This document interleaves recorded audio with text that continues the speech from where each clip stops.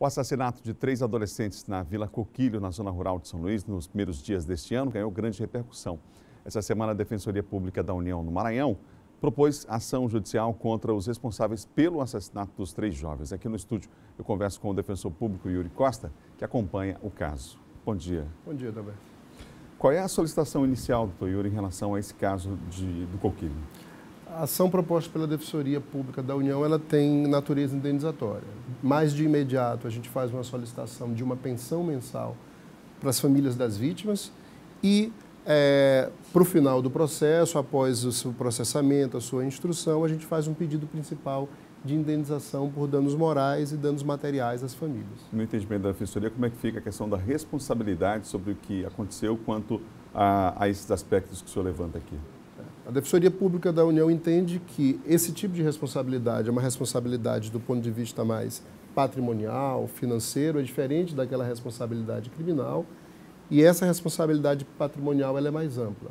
No nosso entendimento, ela envolve desde a Caixa Econômica Federal, que é a instituição responsável pela obra, que decidiu terceirizar o serviço de vigilância armada, incluindo a empresa de vigilância armada contratada pela Caixa e os supostos executores diretos dos assassinatos, que foram aqueles 2 indivíduos denunciados pelo Ministério Público do Estado. Por que a necessidade de em caráter emergencial, dessa pensão? Esse é um processo, Roberto, que ele tem uma duração razoável. Esse processo vai desenrolar durante alguns anos. E isso é natural porque tem que ser feita uma prova, uma produção de prova adequada. Só que até lá, essa família já está e provavelmente continuará numa situação de vulnerabilidade, as famílias numa situação de vulnerabilidade mais delicada.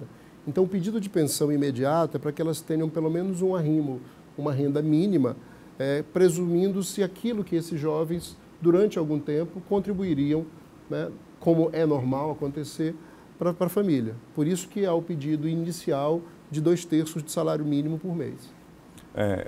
Esse pedido em relação ao valor, ele muda em relação à idade das vítimas, das famílias que devem ser assistidas por conta dessa reparação? Como é que fica isso? Com relação a esse pedido de uma pensão inicial mensal, há uma variação. No início se faz o cálculo com 2/3 de um salário mínimo, após eles completarem determinada idade, que é quando se presume que eles sairiam do núcleo familiar para constituir uma outra família, cai para 1/3 do salário mínimo, e isso vai até os 65 anos ou até o falecimento das genitoras, aquilo que vier primeiro. Esses valores, eles não são valores aleatórios, eles são valores que têm como base a interpretação que os nossos tribunais já vêm adotando ao longo das últimas décadas. Como é que o senhor observa? Nós tivemos esse crime acontecendo na zona rural, né, da cidade. Exatamente. E nós temos uma situação ainda no Estado, ainda em relação a conflitos de terra, por exemplo, só para a gente ampliar um pouco o tema, Sim. ainda muito séria, né? Pessoas estão morrendo. Ano passado, a Comissão Pastoral da Terra fez um levantamento e mostrou que o Maranhão continua em destaque, infelizmente, negativo quanto a mortes por conflitos na zona rural. A Comissão Pastoral da Terra é uma instituição respeitada, que atua há décadas, e ela tem como uma das suas preocupações apresentar periodicamente informações, dados, para que se possa pensar determinados tipos de conflito. Dentre eles, como você destacou, o conflito agrário. O Maranhão, de fato, é um dos estados que concentra a maior quantidade de conflito agrário. Isso, dentre outros motivos, se dá por não se ter resolvido, de fato, uma adequada distribuição de terra.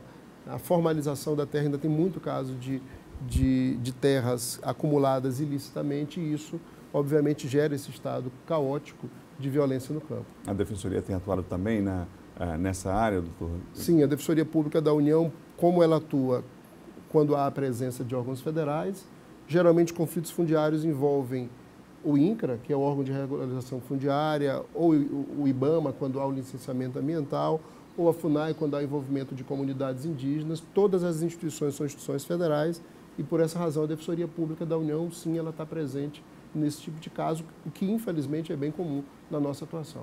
Ainda voltando à questão do Coquilho, o acompanhamento feito da Defensoria Pública do Estado em relação ao processo criminal, a tendência é que eles sejam colocados aqui a júri, levados a júri popular, né? Sim, essa é uma causa de grande repercussão, que tem um lado da Justiça Estadual, a parte criminal, e esse lado que nós da Defensoria Pública da União estamos vendo da indenização.